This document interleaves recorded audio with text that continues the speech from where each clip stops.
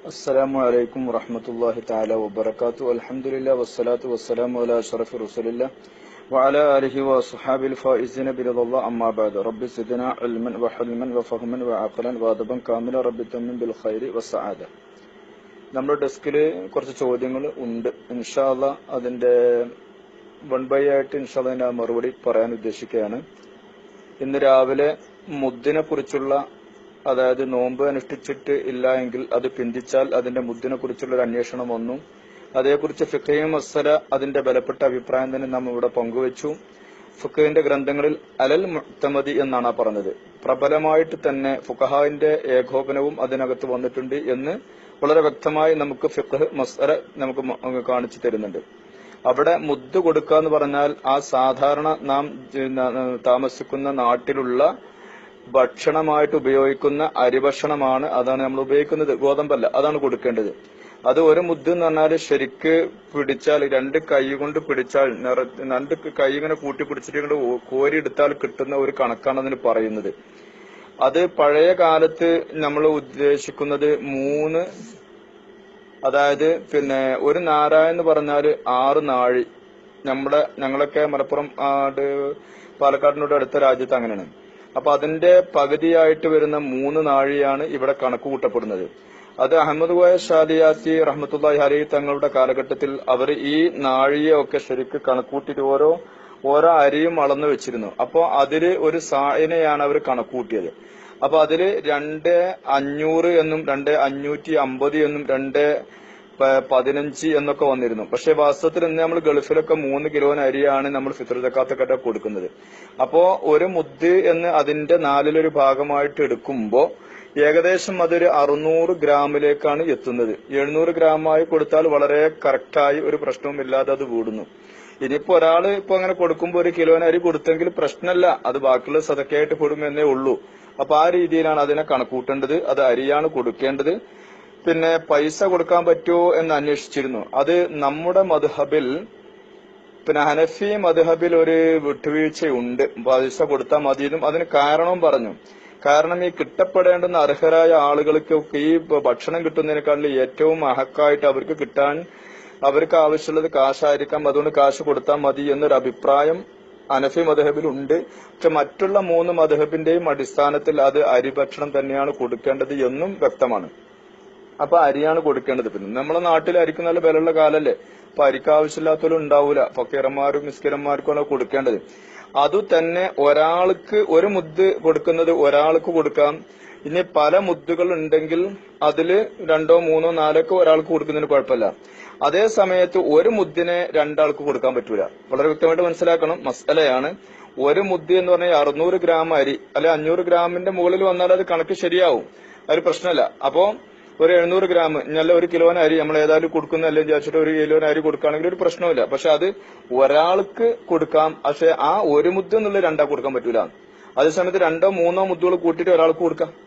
വളരെ വ്യക്തമായിട്ടുണ്ടാവുമല്ലോ, വളരെ മനസ്സിലാക്കുക. 2, 3 മുദ്ദുകൾ ഉള്ളത് ഒരാൾക്ക് കൊടുക്കാം. മറിച്ച് ഒരു മുദ്ദിനെ 2, 3 ആൾക്ക് കൊടുക്കാൻ പാടില്ല എന്നർത്ഥം. അതാണ്. പിന്നെ പൈസ കൊടുക്കാൻ പറ്റുമെന്നുള്ള ഹനഫി മദ്ഹബിൽ മാത്രമേ ഉള്ളൂ. അതിനെക്കുറിച്ച് മറ്റുള്ളവരൊക്കെ ഇത് കൊടുക്കണമെന്ന് പറഞ്ഞിട്ടുള്ളത്. ഇനി ഇങ്ങനെ മറ്റ് വലിയ ഒരു അത്യാസന്ന നിലയിൽ വരുന്ന ഒരാള് അവിടെ അരിക്ക് പകരം അവർക്ക് മരുന്ന് മേടിക്കേണ്ടിയൊക്കെ വരുന്ന ഒരു ചുറ്റുപാടിലാണ്. അങ്ങനെയാണെങ്കിൽ ഒരു ഖാസായ രീതിയിൽ അവിടെ മാത്രം ബന്ധപ്പെട്ടിട്ട് നമ്മൾ ചിലപ്പോൾ കാശ് കൊടുത്താൽ വീടും എന്നത് നമുക്ക് ഫിഖ്ഹിൽ നിന്ന് മനസ്സിലാക്കാൻ കഴിയുന്നുണ്ട്. എന്നല്ലാതെ പൊതുവായിട്ടുള്ള മസ്അല അല്ല ഈ പറയുന്നത് എന്നും കൂടി മനസ്സിലാക്കാം. അങ്ങനെ നമുക്ക് ബന്ധപ്പെട്ട ഒരാൾക്ക് കൊടുക്കേണ്ടതുണ്ട്. അയാൾക്ക് അപ്പൊ അരിയല്ല അത്യാവശ്യമുള്ളത്, നമ്മുടെ ഈ ഹക്ക് വീടുകയും ചെയ്യും. അപ്പോ ഈ മദ്ഹബിന്റെ അടിസ്ഥാനത്തിൽ മദ്ഹബിന് കൊടുക്കാൻ പറ്റും. അപ്പൊ ആ മദ്ഹബിന്റെ ആ വിഷയത്തിൽ അത് മാത്രം നമ്മൾ കരുതിയാൽ മതി. ഹനഫി മദ്ഹബ് പ്രകാരമാണ് അത് വീട്ടുന്നത് കരുതിയാൽ അത് വീടും. അതിനൊക്കെ തന്നെ മദ്ഹബ് നമുക്ക് വന്നിട്ടുള്ളതും ഒക്കെ നമുക്ക് സ്വർഗത്തിലേക്കുള്ളതാണല്ലോ. അപ്പൊ അങ്ങനെയുള്ള ഒരു രംഗത്ത് അത് സ്വീകരിക്കാം എന്നർത്ഥം. അപ്പൊ വിഷയം അത് മനസ്സിലായിട്ടുണ്ടാവും. പിന്നെ അതിനുശേഷം നമ്മളെ ഡെസ്കിലുള്ള ഒരു സംശയം വളരെ ചിന്തിക്കുക. ഇത് തൗബ ചെയ്ത് കഴിഞ്ഞാൽ ശരിയാവില്ല, മുദ്ദ് കൊടുക്കണമെങ്കിൽ കുറെ നോമ്പുകൾ പോയിട്ടുണ്ടല്ലോ എന്നാണ്. അത് തന്നെയാണ് നോമ്പിന്റെ പ്രത്യേകതയും. അസ്സൗമു ലി വ അന അജ്സി ബിഹി എന്ന് റസൂൽ സല്ലല്ലാഹു അലൈഹി വസല്ലം ഞങ്ങളെ ഖുദ്സിയ ഹദീസിൽ കുറിച്ച് പറഞ്ഞ വിഷയവും അത് തന്നെയാണ്. നോമ്പ് എനിക്കുള്ളതാണ്, ഞാനാണ് അതിനൊക്കെ കൂലി കൊടുക്കുന്നത് എന്ന് പറഞ്ഞതിന്റെ പ്രത്യേകതയും അത് തന്നെയാണ്, മാനവും അത് തന്നെയാണ്. നമ്മുടെ മക്കളെ ഹറാമ് തീറ്റിക്കുന്ന ഒരു ചുറ്റുപാടിലേക്ക് നോമ്പ് ഒഴിവാക്കിയാൽ നമ്മൾ ചെന്നുപെടും. അപ്പോ ഇത് അതിന്റെ ബാഹ്യമായ, അതിന്റെ ശറഈയായ ഫിഖ്ഹിയായ മസല അതിന്റെ മുദ്ദ് കൊടുക്കണം എന്നത് തന്നെയാണ് മുഅ്തമദ്. ഒരു ചെറിയ അഭിപ്രായമേ ഉള്ളൂ, അല്ലെങ്കിൽ വിടുന്നു. ഇനി മുദ്ദ് കൊടുക്കേണ്ടത് എങ്ങനെയെന്ന് പറഞ്ഞത് കാരണം കൂടാതെ പിന്തിപ്പിച്ചാണ്. ഇനി കാരണത്തോട് കൂടെ പിന്തിപ്പിച്ചു. ഒരു കൊല്ലം നമ്മള് ഈ നോമ്പിന്റെ സമയത്ത്, ഇപ്പൊ ഈ വർഷത്തെ നോമ്പിന്റെ സമയത്ത് നമുക്ക് രോഗമായി, നമുക്ക് നോക്കാൻ കഴിഞ്ഞില്ല. അടുത്ത വർഷം വന്നപ്പോൾ നമ്മുടെ രോഗം ശിഫയായിട്ടില്ല, പിന്നെ രോഗിയായിട്ട് നമ്മൾ കിടക്കുകയാണ്. അങ്ങനെ രോഗമായ കാരണം കൊണ്ടാണെങ്കിൽ അപ്പോ എന്ത് കൊടുക്കേണ്ടതില്ല, മുദ്ദ് കൊടുക്കേണ്ടതില്ല, നോമ്പ് വിട്ടാൽ മതി. കാരണം എന്തുകൊണ്ട് നമുക്ക് ഉദറുണ്ട്. അപ്പോ ഉദർ കാരണമില്ലാതെയാണ് ഇങ്ങനെ പിന്തിപ്പിച്ചു പോകുന്നത് എങ്കിലാണ്. കാരണമില്ലാതെ പിന്തിപ്പിച്ചു, കാരണം എന്ന് പറഞ്ഞാൽ രോഗമാവുക, അല്ലെ നമ്മൾ യാത്രയിലായിപ്പോയി, ഇങ്ങനെയൊക്കെ ആവുമ്പോൾ ആണ്. യാത്ര എന്നുള്ളത് ഇപ്പൊ നമുക്കിപ്പോ തസവ്വുറാവൂല, അങ്ങനത്തെ കോലങ്ങളൊക്കെ ഉണ്ടായിരുന്നു. ഇപ്പോ അതിന് അങ്ങനെ ഒരു രീതി വരാൻ സാധ്യത കുറവാണ്. അപ്പൊ കൂടുതലും വരുന്ന രോഗം തന്നെ. അപ്പൊ രോഗം കൊണ്ട് 1, 2, 3 വർഷം നമ്മൾ പിന്തിച്ച്, ഈ 3 കൊല്ലം നമ്മൾ സോക്കളായി കിടക്കുന്നതാണ്. അങ്ങനെ വരുന്ന സമയത്ത് എന്താവാം, നമ്മൾ മുദ്ദ് കൊടുക്കേണ്ടതില്ല. ആ 3 കൊല്ലം കഴിഞ്ഞിട്ട് പിന്നെ വരുമ്പോൾ നമ്മൾ സുഖമായിട്ടുള്ള അവിടുന്ന് അങ്ങോട്ട് കൊടുത്താൽ മതി. അതും കൂടി ഇതിന്റെ കൂടെ മനസ്സിലാക്കേണ്ടതുണ്ട്. പിന്നെ തൗബ ചെയ്താൽ സ്വീകരിക്കുമെന്നാണ്. അപ്പൊ തൗബന്റെ നിബന്ധനകളും ശ്രദ്ധ. അതിൽ വേറൊരു ക്വസ്റ്റ്യൻ കൂടി വന്നു. നമ്മളെ ഇർഫാനി എന്ന ഒരു പിന്നെ വോയിസ് ഇതിൽ കിട്ടുന്ന ഒരാൾ ചോദ്യം, തൗബയുടെ നിബന്ധനകൾ ഇത് 4 അപ്പോ ഇതില്ലാതെ സ്വീകരിക്കുകയില്ലയോ എന്നതായിരുന്നു. അപ്പൊ ടൈമില്ലാത്തതുകൊണ്ട് ഞാനപ്പോ പറഞ്ഞില്ല, ഇപ്പോൾ ഇൻഷാ അല്ലാഹ് പറയാം. അപ്പൊ തൗബ എന്ന് പറഞ്ഞത് നമ്മളെ പിന്നെ അസ്തഗ്ഫിറുല്ലാഹയുടെ ക്വസ്റ്റ്യനാണ് മനസ്സിലാവുന്നു, ഖത്തർ എന്നുള്ള. അപ്പൊ തൗബ എന്ന് പറഞ്ഞതിനെ കുറിച്ച് വലിയ വിശദമായിട്ട് തന്നെ നമ്മുടെ പരിശുദ്ധ ഖുർആൻ അതിന് നമുക്ക് പറഞ്ഞു തന്നിട്ടുണ്ട്. നമുക്ക് സൂറത്ത് നിസായില് 17-18 ആയത്തുകളൊന്ന് ഞാൻ ഓതിക്കേൽപ്പിക്കാം. إنما التوبة على الله للذين يعملون السوء بجهالة ثم يتوبون من قريب فأولئك يتوب الله عليهم وكان الله عليما حكيما وليست التوبة للذين يعملون السيئات حتى إذا حضر أحدهم الموت قال إني تبت الآن وللذين يموتون وهم كفار أولئك أعتدنا لهم عذابا أليما. صدق الله العظيم. ഇനി സൂറത്തു ആലി ഇമ്രാനിൽ ഒരു ആയത്ത് കാണാം. الذين إذا فعلوا فاحشة أو ظلموا أنفسهم ذكروا الله فاستغفروا لذنوبهم ومن يغفر الذنوب إلا الله ولم يصروا على ما فعلوا وهم يعلمون. അപ്പൊ ഇവിടെ ഒന്നാമത്തെ ആയത്തില് അല്ലദീന യഅമലൂന സൂഅ ബിജഹാലത്തിനാണ്. തെറ്റ് ചെയ്തത് അറിവില്ലാതെയാണ്, അവരുടെ തോബക്കാണ് പരിഗണന എന്ന ഒരായത്ത്. നോക്കൂ, തെറ്റ് ചെയ്തത് അറിവില്ലാതെയാണ്. അപ്പൊ അറിവോട് കൂടെ ചെയ്ത തെറ്റിന് കുറച്ച് പ്രയാസങ്ങളുണ്ട്. അത് ഈ ആയത്തിന് ഒരുപാട് വിശദീകരണങ്ങൾ തഫ്സീറിൽ തന്നിട്ടുണ്ട്. അപ്പൊ ഈ ആയത്തിന്റെ ഈ ഒരു ഭാഗം ഒരു ശ്രദ്ധേയമാണ് എന്ന് മനസ്സിലാക്കുക.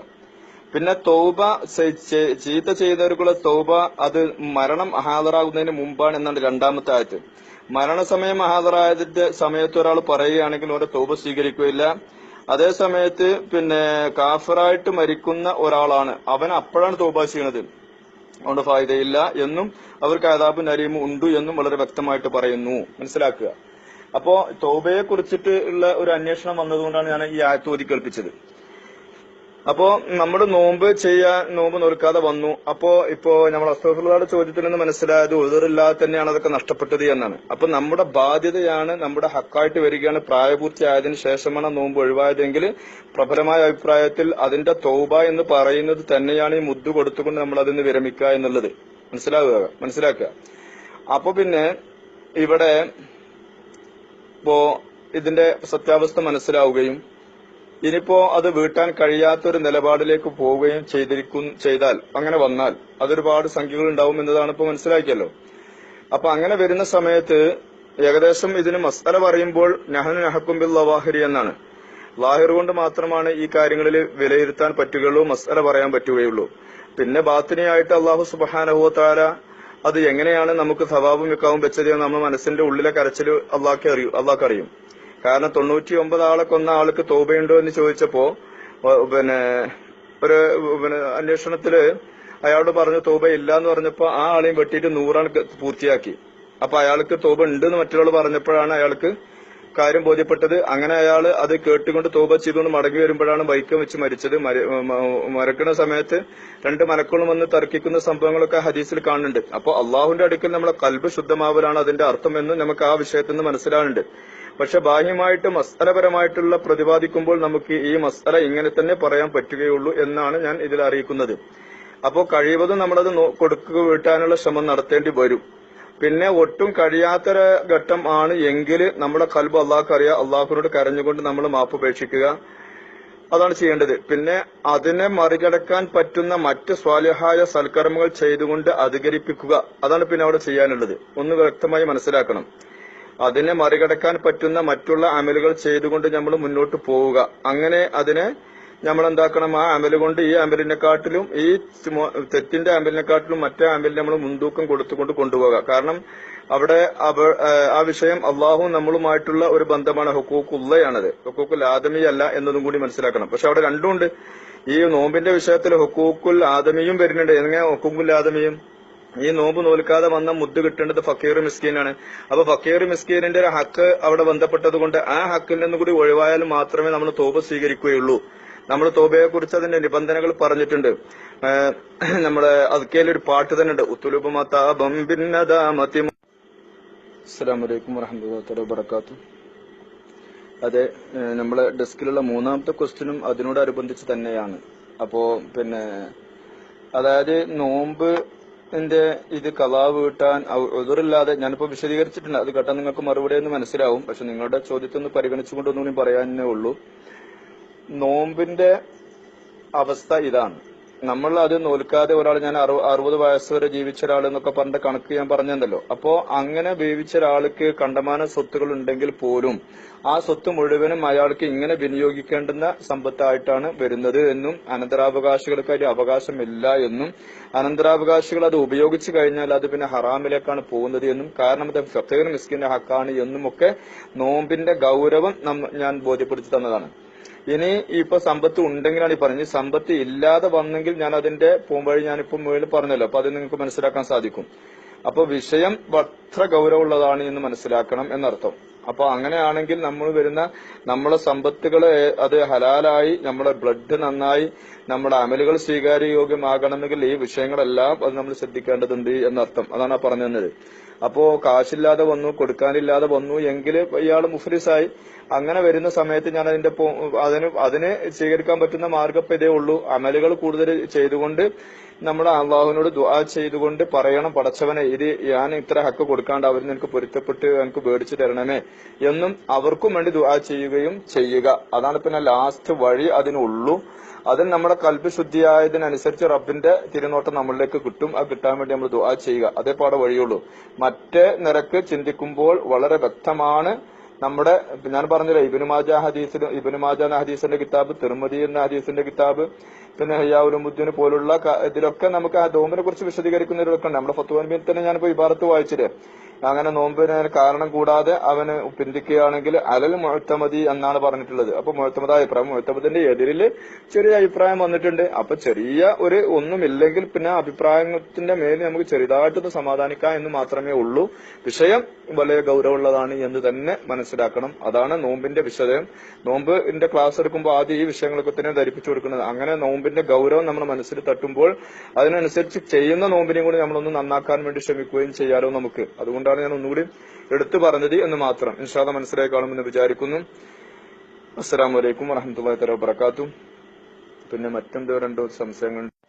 വഅലൈക്കും അസ്സലാം വറഹ്മത്തുള്ളാഹി തആല വബറകാതുഹു. അൽഹംദുലില്ലാഹി വസ്സലാത്തു വസ്സലാമു അലാ അഷ്റഫി റസൂലില്ലാഹി വഅലാ ആലിഹി വസ്വഹാബിഹിൽ ഫായിദീന ബിറളില്ലാഹി അമ്മാ ബഅദ്. റബ്ബി സിദ്നാ ഇൽമൻ വഹൽമൻ വഫഹ്മൻ വഅഖലൻ വദബൻ കാമില റബ്ബി തമിൻ ബിൽ ഖൈരി വസ്സഅദ. പ്രസവിക്കുന്ന സമയത്ത് ആ പ്രസവത്തിന് ശേഷവും കുട്ടികൾക്ക് മുല കുടിക്കാൻ വേണ്ടിയും കുട്ടിയുടെ ആരോഗ്യനിലയെ സംരക്ഷിക്കാൻ വേണ്ടിയും അവർക്ക് നോമ്പ് നോൽക്കേണ്ടതില്ല എന്ന് ശറഅ് നമുക്ക് പാഠം നൽകിയിട്ടുണ്ട്.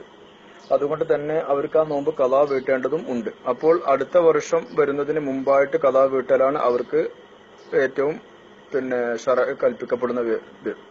അതേ സമയത്ത് 1 വർഷം പിന്നിട്ട് 2ാമത്തെ വർഷത്തിലേക്ക് കടന്നു കുട്ടിക്ക് മുല കൊടുക്കുന്ന കാരണം കൊണ്ട് വീണ്ടും അവിടെ ഒരു കാരണം പറയാൻ പറ്റുന്ന പ്രശ്നമുണ്ടെങ്കിൽ, നോമ്പ് നോറ്റാൽ അത് പിന്നെ പാല് കിട്ടാതെയും ഒക്കെ വരുന്ന പ്രശ്നമുണ്ടെങ്കിൽ ആ ഒരു കാരണം കൊണ്ട് പിന്നെ ഒരു വർഷം കൂടി നീണ്ടു വന്നു. അപ്പോഴും അവർക്ക് അവിടെ ഒരു കാരണമുള്ളത് കൊണ്ട് ആ വർഷവും പിന്നിട്ടു.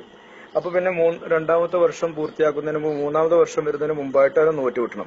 അപ്പൊ ഈ കാരണം പറയാൻ പറ്റാത്ത 2 വർഷം അവർക്കൊരു കാരണം പറയാം. കാരണം ഹൗലൈനി കാമിലൈനി എന്നാണ് 2 വർഷമാണ് അവർക്ക് മുല കൊടുക്കേണ്ടത് പറഞ്ഞിട്ടുള്ളത്. അതും കഴിഞ്ഞു, ആ ഗർഭിണിയാവുന്ന സമയത്തും അതും കഴിഞ്ഞു. പിന്നെ 3-ാം വർഷം വരുന്നതിന് മുമ്പായിട്ട് നമ്മൾ കഥാ പെട്ടി കഴിഞ്ഞാൽ അവർക്ക് നോമ്പ് മാത്രം മതി. ഇനി അതിനെയും പിന്നിട്ട് വരികയാണ് എങ്കിൽ, അതും പിന്നിട്ട് വരികയാണ് എങ്കിൽ അവിടെ ഓരോ നോമ്പിനും ഓരോ മുദ്ദ് കൊടുക്കേണ്ടി വരുന്നതാണ്. ഓരോ നോമ്പിനും ഓരോ മുദ്ദ അരി, അതായത് 700 ഗ്രാം അരി അങ്ങനെ കൊടുത്താൽ അത് പരിപൂർണമായിട്ടും വിടും. അപ്പൊ നോമ്പും വേണം, മുദ്ദും കൊടുക്കേണ്ടി വരുന്നു എന്നർത്ഥം. അവിടെ അതാണ് ചെയ്യേണ്ടത്. അത് 2 വർഷം പിന്നെയും ഒരു വർഷം കൊണ്ട് പിന്നിട്ട് കഴിഞ്ഞാൽ 3-4-ാം വർഷത്തിലേക്ക് വരുമ്പോൾ ഒരു മുദ്ദ എന്നുള്ളത് പിന്നെ 2 മുദ്ദാവും. അപ്പൊ ഓരോ നോമ്പിനും ഈ 2 മുദ്ദിന്റെ കണക്ക് വെച്ച് കൂട്ടുമ്പോൾ അങ്ങനെ കൂടിപ്പോവും. പിന്നെ അടുത്ത വർഷം വരുമ്പോൾ 2 4 അതിന്റെ മുമ്പത്തെ വർഷം വീണ്ടും പിന്നിട്ട് 4-നെ 4 എത്തിക്കുമ്പോൾ 4 4 8 8-നെ പിന്നെ എടുക്കുമ്പോൾ 8 16 അങ്ങനെ നീണ്ടു പോകും വർഷങ്ങൾ കൂടുതൽ പിന്നിടുമ്പോൾ. അപ്പൊ അവർക്ക് കാരണം പറഞ്ഞ് മുദ്ദ് കൊടുക്കാതിരിക്കാൻ പറ്റുന്നത് ഈ 2 വർഷത്തിന്റെ കാരണമേ ഉള്ളൂ. അത് കഴിഞ്ഞാൽ പിന്നെ അവർക്ക് അവിടുന്ന് അങ്ങോട്ട് നോമ്പ് അനുഷ്ഠിക്കുകയും അതോടൊപ്പം മുദ്ദ് കൊടുക്കേണ്ടി വരും. ഒരു വർഷമാണെങ്കിൽ ഓരോ മുദ്ദ് 700 ഗ്രാം കൊടുത്തുകൊണ്ട് അവർക്ക് മതിയാവും. 2 വർഷം പിന്നിടുകയാണെങ്കിൽ അത് ഇരട്ടിച്ച് വരും. അത് ഞാൻ ഇതില് പിന്നെ നോമ്പിന്റെ മുദ്ദ് കൊടുക്കുന്നതിനെ കുറിച്ച് ചർച്ച ചെയ്തിട്ടുണ്ട്. ഇൻഷാ അല്ലാഹ് നിങ്ങൾ അഡ്മിനിസ്ട്രേറ്റർ ഒന്ന് വിളിച്ച് അന്വേഷിക്കും. അവരുടെ സമയ സൗകര്യം പോലെ അവർ നിങ്ങൾക്കത് വിട്ടുതരും. ഇപ്പോൾ നിങ്ങളുടെ ക്വസ്റ്റ്യന്റെ മറുപടി നമ്മൾ പറയുകയും ചെയ്തു. അതിന്റെ വിശദ വിവരത്തിന് അഡ്മിനിസ്ട്രേറ്ററിനോട് ഒന്ന് പറഞ്ഞാൽ മതി. അവർ നിങ്ങളെ ആവശ്യാനുസരണം അവർ നിങ്ങളോട് ബന്ധപ്പെട്ട് തരുന്നതായിരിക്കും ഇൻഷാ അല്ലാഹ്. മറ്റെന്തെങ്കിലും സംശയം ഉണ്ടെങ്കിൽ വീണ്ടും നമുക്ക് സംസാരിക്കാം. അസ്സലാമു അലൈക്കും വറഹ്മത്തുള്ളാഹി തആല വബറകാതുഹു.